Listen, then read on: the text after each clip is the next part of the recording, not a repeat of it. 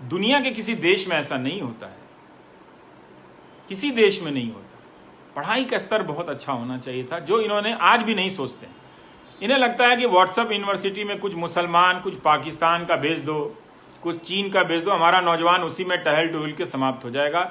जाति धर्म से बड़ा क्या हो सकता है। वो उसकी पहचान के लिए जान दे देगा, लेकिन रोजगार की बात नहीं करेगा। मैं क्या कर सकता हूँ। लेकिन आप जिसे समर्थन देना है उसे दीजिए, लेकिन कहिए कि भाई रोजगार के सवाल पर आइए, बात रोजगार की कीजिए। ये हिंदू मुसलमान के फ्रेम में, ये जाति धर्म के फ्रेम में अब मत रखिए। ईडब्ल्यूएस वाले भी समझ लें, जब सरकारी नौकरी नहीं होगी तो इस आरक्षण का कोई मतलब नहीं है। दुनिया की तमाम छोटी और बड़ी खबरों के लिए हमारे चैनल को सब्सक्राइब करना न भूलें और बेल का बटन जरूर दबाएं। आप याद करें कि 2019 के जब लोकसभा चुनाव के समय में नौकरी सीरीज के कारण रेलवे पर दबाव बना और पीयूष गोयल को अनाउंस करना पड़ा कि हम सहायक लोको पायलट और टेक्नीशियन और अन्य भर्तियां निकालेंगे। और उन्होंने तो दावा किया था कि 1 साल के भीतर सारी भर्ती पूरी हो जाएगी, लेकिन आज तक की नहीं। जो लोग परीक्षा पास कर चुके हैं उन्हें भी पूरी तरह से सैलरी अभी शुरू नहीं हुई है, उनकी ट्रेनिंग शुरू नहीं हुई है। ट्रेनिंग शुरू नहीं हुई तो भत्ता नहीं मिल रहा है। और यही नहीं, 2019 में एनटीपीसी कैटेगरी की वैकेंसी निकाली, रेलवे ने फॉर्म भरा है, उसकी इम्तहान का अभी तक पता नहीं है। तो लोगों ने मजाक उड़ाया, कहा कि पकौड़ा बेचना भी रोजगार है, और ये चल गया। काफ़ी मजाक उड़ा। युवाओं ने कहा कि छोड़ो इन बातों को, क्या करना है, हम फिर से वोट देते हैं। वोट आप किसी को भी दीजिए, लेकिन इस मुद्दे के साथ अन्याय मत होने दीजिए। देखिए 3 तरह की चीज़ें हैं, स्वरोजगार है, सरकारी रोजगार है और प्राइवेट नौकरी है। तो ये कहा जा रहा है कि सरकार सबको नौकरी नहीं दे सकती, आप स्वरोजगार करें। भैया ये बात आप स्पष्ट रूप से समझ लें कि भारत के लोग वैसे ही स्वरोजगार सबसे ज़्यादा करते हैं। खेती के बाहर जितने भी लोग नौकरी करते हैं या रोजगार करते हैं, उनमें से 99% लोग असंगठित क्षेत्र में हैं। और इस असंगठित क्षेत्र में जितने भी लोग हैं, उनमें से 65% लोग स्वरोजगार करते हैं। तो स्वरोजगार तो आप पहले से भी कर रहे हैं, लेकिन उसकी कमाई बहुत कम है। 10,000 15,000 वेतन पे लोग काम कर रहे हैं। और इसमें भी क्या झटका लगा कि मैन्युफैक्चरिंग सेक्टर और कंस्ट्रक्शन सेक्टर, ये 2 ऐसे सेक्टर हैं असंगठित क्षेत्र के, मुकुट हैं। इनमें बिना कौशल के भी लोगों को काम मिल जाता था। काम बहुत पैसे का नहीं मिलता था, लेकिन 2014 के बाद से हमारा एक्सपोर्ट जो है काफ़ी गिर गया। मैन्युफैक्चरिंग में निवेश कम हो गया, क्योंकि जो बाहर की कंपनियां थी उन्हें क्वालिटी नौजवान नहीं मिल रहे थे, तो वो यहाँ अच्छी चीज़ें बनाने नहीं आई। तो मैन्युफैक्चरिंग सेक्टर से आपका रोजगार कम हो गया। कंस्ट्रक्शन जिसमें बिल्डिंग वगैरह बनती है, इन सब चीज़ों में तो क्या हुआ कि कंस्ट्रक्शन सेक्टर बैठ गया। आप जानते हैं कि अब इस सेक्टर में ना तो सैलरी है ना नौकरी है। तो ये जो 2 सेक्टर थे जिसमें कम क्वालिटी वाले नौजवानों को काम मिल रहा था, ये बैठ गए। और टेक्सटाइल भी था, वो भी बैठ गया।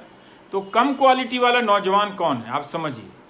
ये हमारे ज़िलों के, बक्सर हो या आरा हो या फिर नालंदा हो या जमुई हो या सहरसा हो या बेगूसराय हो, मोतिहारी हो, मुजफ्फरपुर हो, बेतिया हो या दरभंगा हो, इन सब के कॉलेजों से पास किए हुए जो नौजवान थे, उसमें पढ़ाई तो होती नहीं थी। 3 साल का बीए 5 साल में हो रहा था, मज़े में, कोई परवाह नहीं कर रहा था।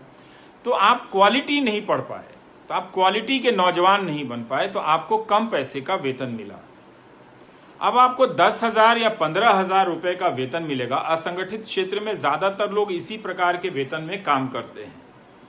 अगर आप सिर्फ कई साल आप 15,000 के वेतन पे काम करेंगे, तो आप काम करते हुए भी गरीब होंगे, और दूसरा काम नहीं मिलेगा तो भी आप गरीब होंगे। तो बड़ा हिस्सा भारत में की आबादी का बड़ा हिस्सा जिसे के पास काम नहीं है और जिसके पास काम है, वो गरीब हो रहा है। भारत के पास डेमोग्राफिक डिविडेंड है। ये प्रधानमंत्री भी 2014 से कहते हैं कि हमारी आबादी का बड़ा हिस्सा 65% 35 साल से कम उम्र के लोगों का है। इनका कहना है कि इसका लाभ, ये मौका किसी देश की जिंदगी में बहुत मुश्किल से आता है, एक बार आता है। इसका लाभ हम उठा रहे थे, लेकिन अब जब बेरोजगारी आई, अर्थव्यवस्था नोटबंदी के बाद से चौपट होनी शुरू हुई, तो लोगों के रोजगार कम हो गए और जो 10 से 12 हज़ार कभी धीरे धीरे सैलरी बढ़ती थी वो भी संभावना समाप्त हो गई। तो अब आप भारत की आबादी, जिसे हम डेमोग्राफिक डिविडेंड कहते हैं, जिससे हमें लाभ मिलना था, उसको लाभ का मतलब क्या हुआ? उसको काम मिलेगा, वो अच्छा कमाएगा और कुछ बचत करते हुए बुढ़ापे की तरफ जाएगा। तो इस किताब में कहा गया है कि अब भारत के पास जो डेमोग्राफिक डिविडेंड है वो 2040 में समाप्त होगा। सिर्फ 20 साल बच गए हैं।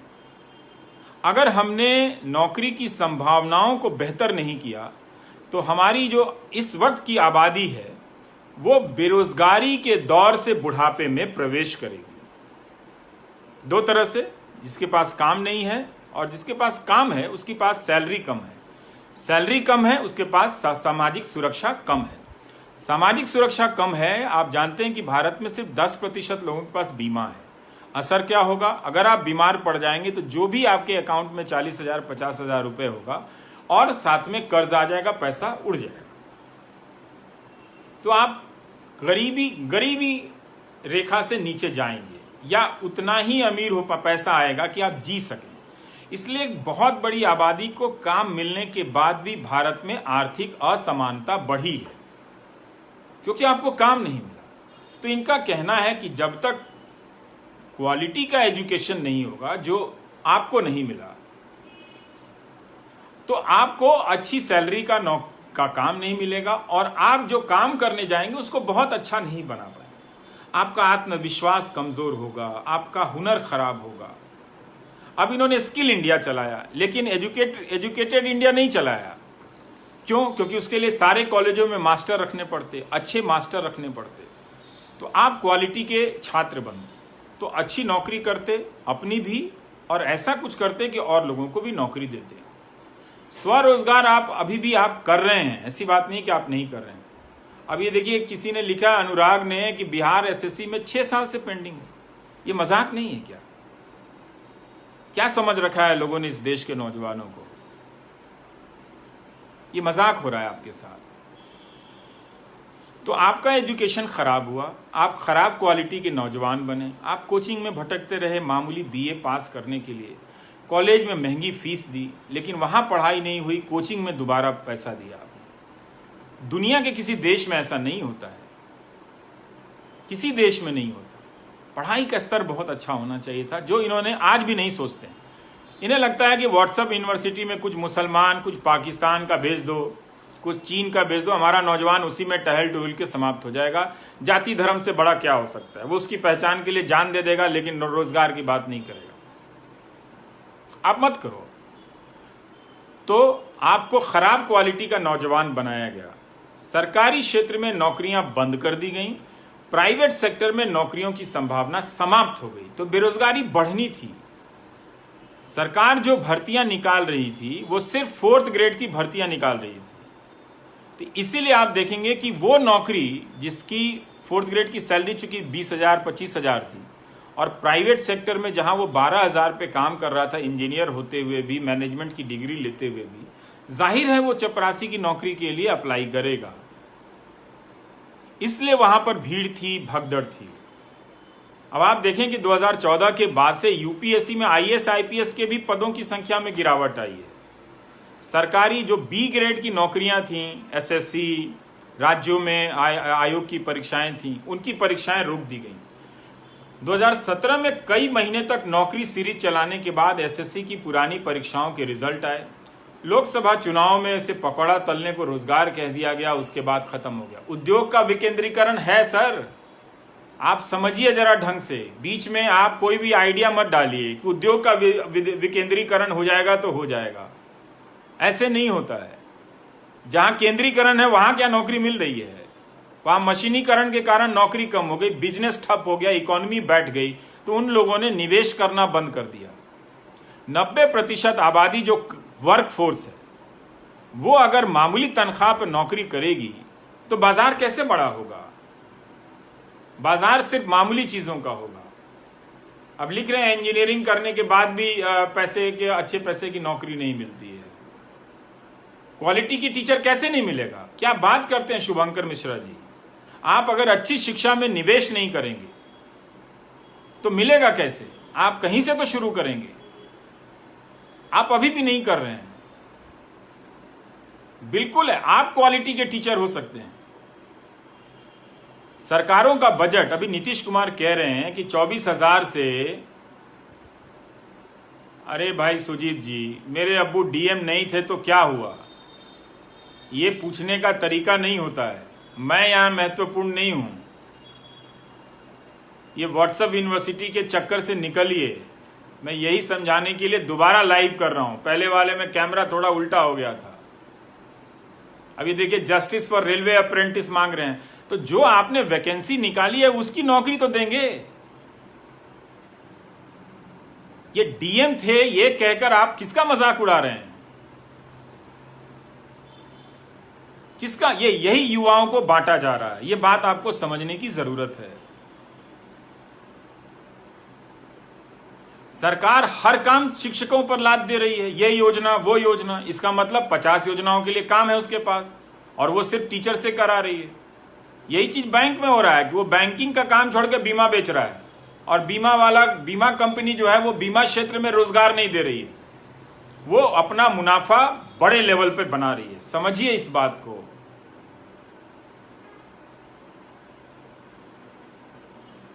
इसलिए आप समझिए कि ये नौकरियां कम की गई हैं। सरकार ने नौकरी नहीं रखी, पेंशन बंद कर दिया कि वो पैसा बचेगा तो बड़े उद्योगपतियों को दिया जाएगा। जब सरकार आपको नौकरी नहीं देगी, आपको ताने दे रही है कि आप डीएम बनने वाले थे, तो फिर उद्योगपतियों के चौपट हुए धंधे को बचाने का काम सरकार का होना चाहिए, वो भी कई लाख करोड़ देकर।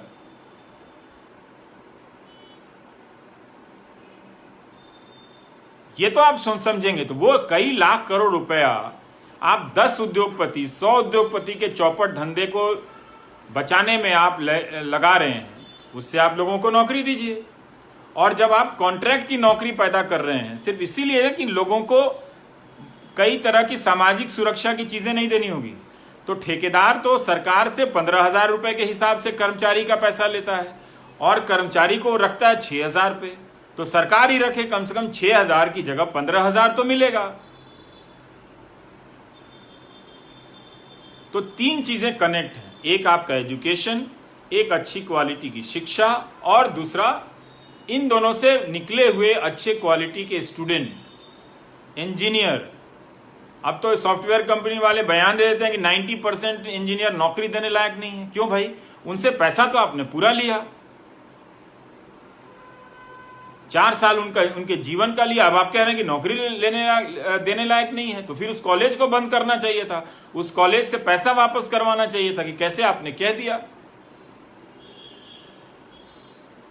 इसलिए काम करने के हालात खराब किए जा रहे हैं, और इसीलिए ज्यादातर लोग बेरोजगार हुए। जिनके पास रोजगार है उसके पास पैसा नहीं है।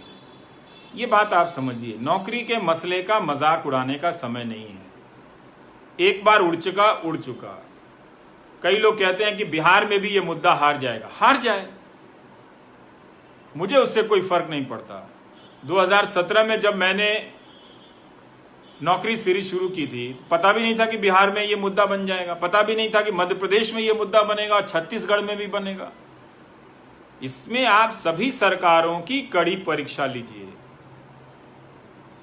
ये झुंझुना बांटा जा रहा है कि ईडब्ल्यूएस, कमजोर रूप से आर्थिक तबके के लोगों को हमने आरक्षण दे दिया। नौकरी तो दे नहीं रहे हैं आप, नौकरी क्या दी?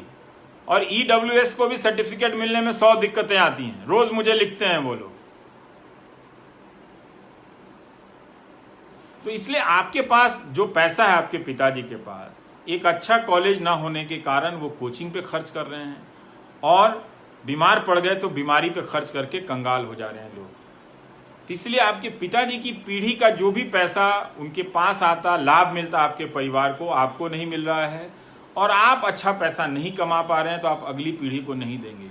इसलिए इस किताब की बात सही है कि 2040 में जब हम प्रवेश करेंगे तो हम बेरोजगारी से बुढ़ापे की तरफ जाएंगे। चीन की तरह नहीं कि चीन ने इसी दौर को 9 से 10% की जीडीपी में वो ले गया, जिससे उसके जवानी को, उसके नौजवानों को अच्छा काम मिला, अच्छा पैसा मिला, और वो फिर वो एजिंग में चले गए यूरोप की तरफ। भारत के पास जब ये मौका आया तो नौजवान गरीब होते हुए वहाँ पर बेरोजगारी और बुढ़ापे की तरफ जाएंगे तो बहुत तकलीफ होगी। इस बात को आप समझिए। इसलिए नौकरी का मुद्दा सिर्फ सरकारी नौकरी का मुद्दा नहीं है, सरकार को नौकरी देनी चाहिए। जब सरकार का बजट 24,000 से 2 लाख करोड़ का हुआ है, जैसा कि नीतीश कुमार कहते हैं, तो उसका काम भी बढ़ा होगा। और काम बढ़ा है तो उन्हें अच्छी नौकरी देनी चाहिए। जब खुद विधायक लोग पेंशन लेते हैं और आपको पेंशन नहीं देते हैं, बहुत सारे लोग जो रिटायर हुए हैं आपके रिश्तेदारों में, आप पता कीजिए उनकी स्थिति बहुत खराब है। बच्चा अच्छा होगा तो, लेकिन उसके पास अपने जीवन के लिए भी वो कम कमा रहा है, तो माँ बाप की देखभाल कैसे कर पाएगा? कई बार नियत होते हुए भी वो नहीं कर पाता है और लोग बीमारी से परेशान हैं। आपको ये बात समझनी है। ये जो व्हाट्सएप यूनिवर्सिटी आती है, चुनाव के समय आ जाता है, मेरा चेहरा बदल दिया जाता है और ये सब चलता है, आप मेरा मजाक उड़ाइए, मुझे गालियां दीजिए। इतनी बड़ी सरकार, इतना बड़ा आईटी सेल अगर किसी के पीछे लग जाएगा तो लोग, मैं चाहूंगा भी तो भी लोग मेरे बारे में उल्टा सोचेंगे। आप सोचते रहिए, लेकिन आपकी जिंदगी को लंबे समय के लिए जो बर्बाद किया गया है वो बात बहुत ज्यादा सही है। इससे आप बच नहीं सकते। आपकी जिंदगी, अब जो अर्थव्यवस्था चौपट हुई है, अब अगले 10 साल में भी कुछ नहीं होने वाला है। बहुत सामान्य धक्का खाते हुए चीजें बढ़ेंगी। अब तो लोगों की सैलरियां कम हो गई। नवनीत जी ठीक लिख रहे हैं कि लंदन में रहते हैं और हेल्थ सिस्टम को और एजुकेशन सिस्टम को खत्म होते हुए देखना कितना दर्दनाक है, क्योंकि डॉक्टर नहीं है और टेक्नीशियन स्टाफ नहीं है। फार्मासिस्ट की भर्ती बंद हो गई है। आप बताइए नवनीत जी, आप लंदन के जो नेशनल हेल्थ सर्विसेज है, सिस्टम है, उसमें बिना फार्मासिस्ट के डॉक्टरों की कोई मीटिंग आपने देखी है, सुनी है? भारत में है ही नहीं। डॉक्टर को हटा दिया गया। तो एक सामाजिक रूप से ये बेरोजगार बना रहे हैं। चूंकि इनको पता है कि नौजवान ये सवाल आज ना कल पूछेगा, तो इसीलिए जब भी चुनाव आता है व्यापक पैमाने पे मुसलमान, पाकिस्तान, ये चलने लगता है। अगर यहां नहीं पैदा होता है, 2-4 लोगों को पकड़ के लाया जाता है, उनसे बयान दिलवाया जाता है, फिर कहा जाता है आप इस पे नहीं बोल रहे हैं, उस पे नहीं बोल रहे हैं। अरे भाई, हम मान लीजिए हम सब पे नहीं बोल रहे हैं, आप नौकरी पे क्यों नहीं बोल रहे हैं जो सबका मुद्दा है? ठीक बोल रहे हैं सुनोरिया साहब कि एनपीएस का सेशन अलग से कर लें। मैंने तो अभी किया, इसके पहले बताया तो कि एमपी लोग 4-4 पेंशन ले रहा है और आपसे हमसे कह रहा है कि बाजार में निवेश कर दो। मैं तो यही कह रहा हूं कि मैं अपने दफ्तर में जहां सभी योग्य लोग काम करते हैं, वहां पर भी मैं देखता हूं 2 ही 4 लोगों को मार्केट में निवेश करने आता है। बाकी सब पूछते रहते हैं, इधर उधर बउआते रहते हैं कि क्या करें।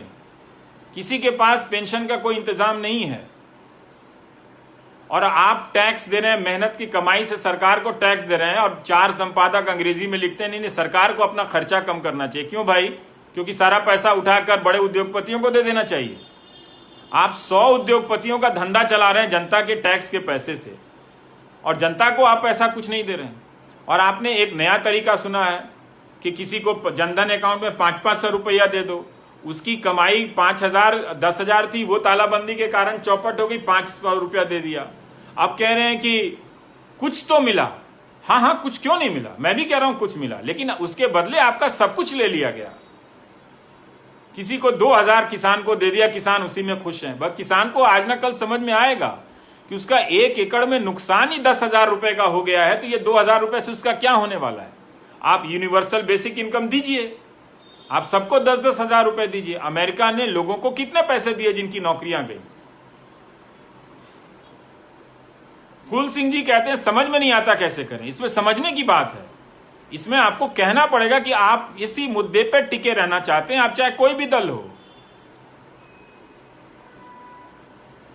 ऐसा नहीं है कि कश्मीर के नौजवान और जम्मू के नौजवान आपकी तरह बेरोजगारी और नौकरी को लेकर परेशान नहीं हैं। ये ओपन आर्ट कह रहे हैं पूरे बिहार में सिर्फ 2 फार्मासिस्ट हैं। बताइए, अगर ऐसा है तो ये कितना भयावह है।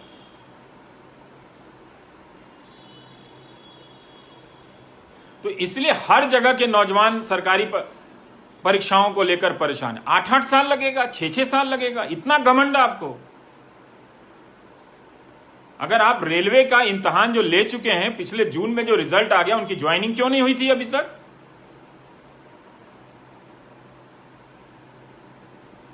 अप्रेंटिस वाले कितना आंदोलन कर चुके हैं, कोई नहीं देखना। सिपाहियों के कितने पद खाली हैं, शिक्षकों के कितने पद खाली हैं।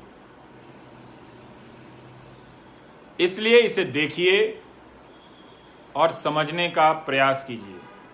खुर्शीद आलम कह रहे हैं I am also a victim of salary reduction. भाई मेरी भी कम हो गई है, तो मैं क्या करूं बताओ।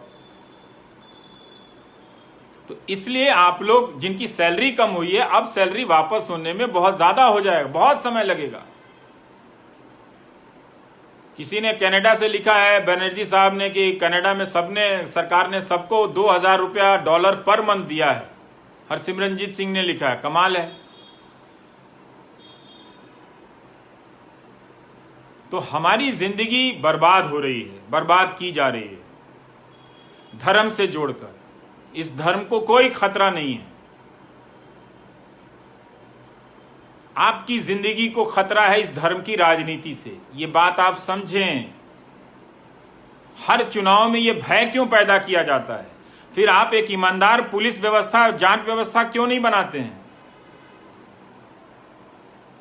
फिर क्यों ये आप काम करते हैं कि इलाहाबाद हाईकोर्ट को कहना पड़ता है कि किसी को झूठे आरोप में फंसाकर गौरक्षा कानून में भर्ती कर दिया जाता है, जेल में बंद कर दिया जाता है। गौरक्षा के नाम पर आजादी के समय से बड़े बड़े जमींदारों ने, लोगों ने लाखों एकड़ जमीनें दान दी कि हमारी गाय माता अच्छे घास का भोजन करेंगी।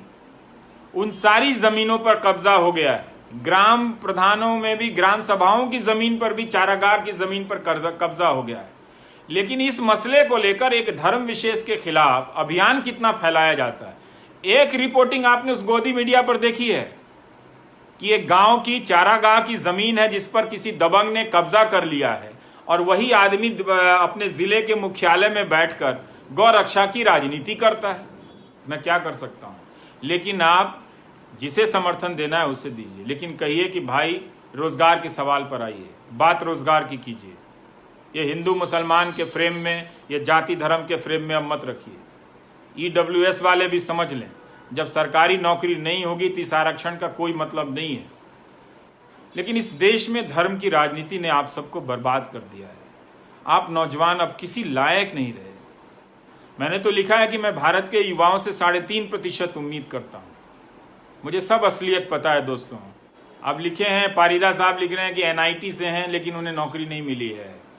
अब भाई परीक्षाएं अब नहीं होंगी, प्राइवेट सेक्टर में नौकरी नहीं है, सरकार नौकरी देना नहीं चाहती है, क्योंकि रेटिंग एजेंसियां कहेंगी कि आप तो अपना खर्चा बढ़ा रहे हैं। जैसे ही सरकार 10 लाख करोड़ 4 उद्योगपतियों को दे देगी, रेटिंग एजेंसियां वाहवाही करेगी। इस चक्र में हम फंस गए हैं। इसीलिए हो सकता है मेरी बातें सही ना हो, पर्याप्त ना हो। मुझे झारखंड का भी पता है दोस्त, मैं सब सरकार का बोल रहा हूं। जरूर इस मुद्दे पर फोकस मेरा केंद्र सरकार के कारण गया था, और उस फोकस को अभियान की तरह करने के बाद भी आज देखिए कि रेलवे की जो भर्तियां हैं वो पूरी नहीं हुई हैं। तो आपको तय करना है कि आप इस अफीम को, धर्म के खतरे के अफीम को लेकर कब तक जीना चाहते हैं। कई नौजवान लिखते हैं कि मैं तो बदल गया हूं, मैं अपने पिताजी का क्या करूं, वो दिन रात गोदी मीडिया देखते रहते हैं। होता है, ड्रग एडिक्ट्स हो जाते हैं लोग।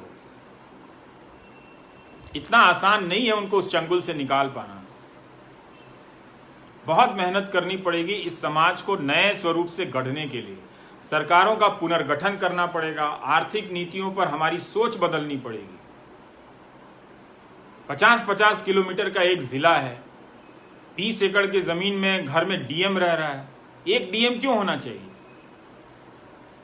4 DM क्यों नहीं होना चाहिए? वो DM अपने कार्यकाल में अपने सारे विभाग के कर्मचारियों से मिल नहीं पाता होगा, वो काम क्या करेगा? केवल मीटिंग होती है। आजकल यही होता है, जिले में मुख्यमंत्री मीटिंग करने लगे हैं, उसका फोटो दिखाया जाता है, DM को डांटा जाता है।